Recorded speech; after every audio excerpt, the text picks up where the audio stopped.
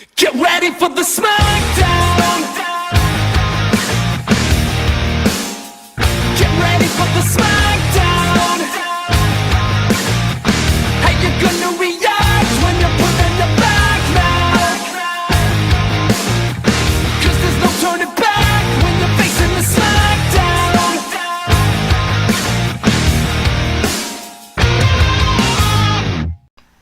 Welcome, guys. Welcome back. Time for some more. Let's get into it. Yeah, so still going on with the return of the debates, and I got a few more debates for you guys. We're still in the section of Marvel versus Mortal Kombat, and I'm glad you guys enjoyed the return debate. If you haven't watched that debate, go check it out. I'll put a link in the description or a dot, up in the corner somewhere so you can watch it. But the next one, let's go on to the next debate, fantasy fight debate. Hope you guys enjoy this. And so we have the likes of Angela from Angela, Thor's long lost sister. You probably recognize her from she used to be from Image, but now she's with Marvel.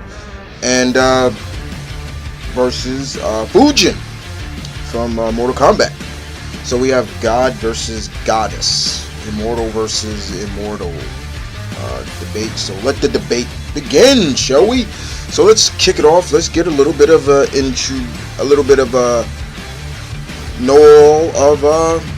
get the 411 a little bit on Angela.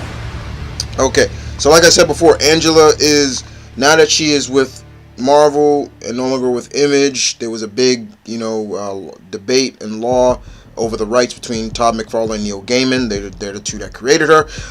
So pretty much she's now with Marvel, and Marvel decided to make her the long lost daughter of Odin and Frigga, making her the sister to Loki and Thor and Balder and all the other Asgardians that Odin laid the pipe to.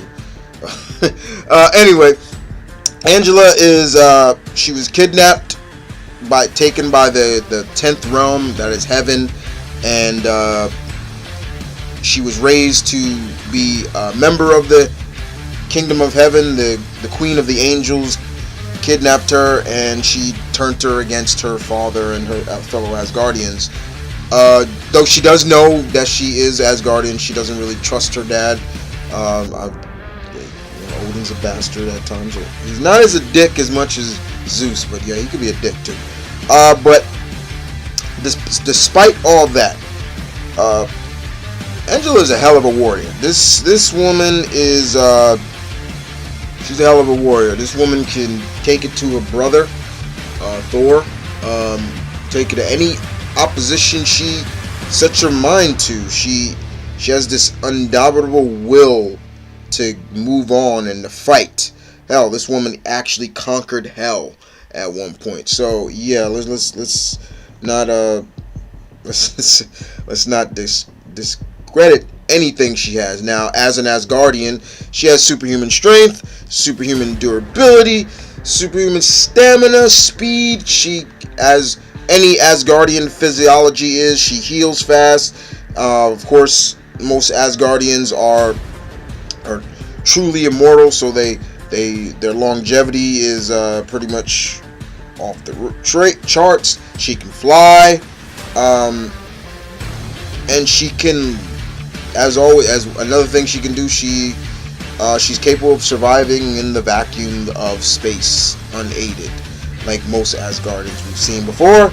And she's also skilled with many weapons. Her weapon of choice mainly is a sword, like a broadsword, and she's got a temper though too. That's one thing she does. She has a huge she has a big temper. Like I said, her weapons are the Zamvos sword of the stars and the blades of Ikor. That is the name of her blades. It's a lance. She has a lance and a bladed bow.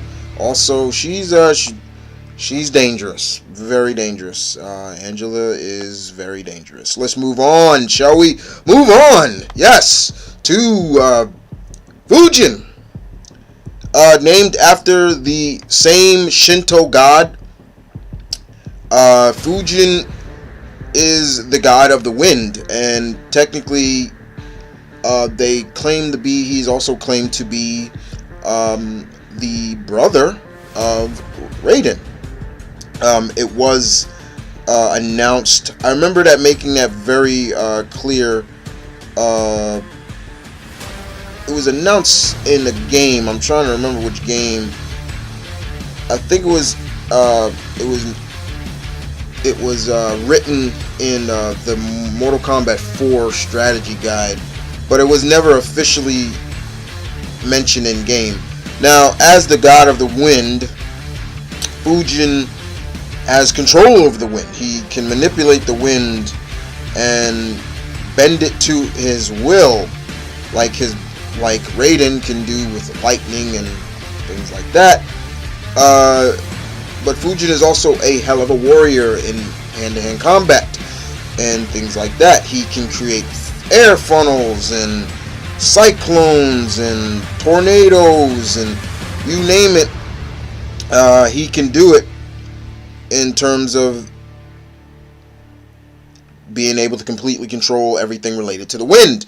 However, though these attacks are very powerful, they do leave Fujin very vulnerable to an attack. I mean, when you're controlling the wind, and it's probably not even an easy task, even for a god. But the thing about gods in the Mortal Kombat universe, they seem to be very more humanized and very more mortal, where mortal men and women can hurt them, and we've seen that throughout the games, especially in the current games. But Fujin is a very underrated character in the Mortal Kombat universe, in my opinion. Doesn't get enough cred, in my opinion. But he is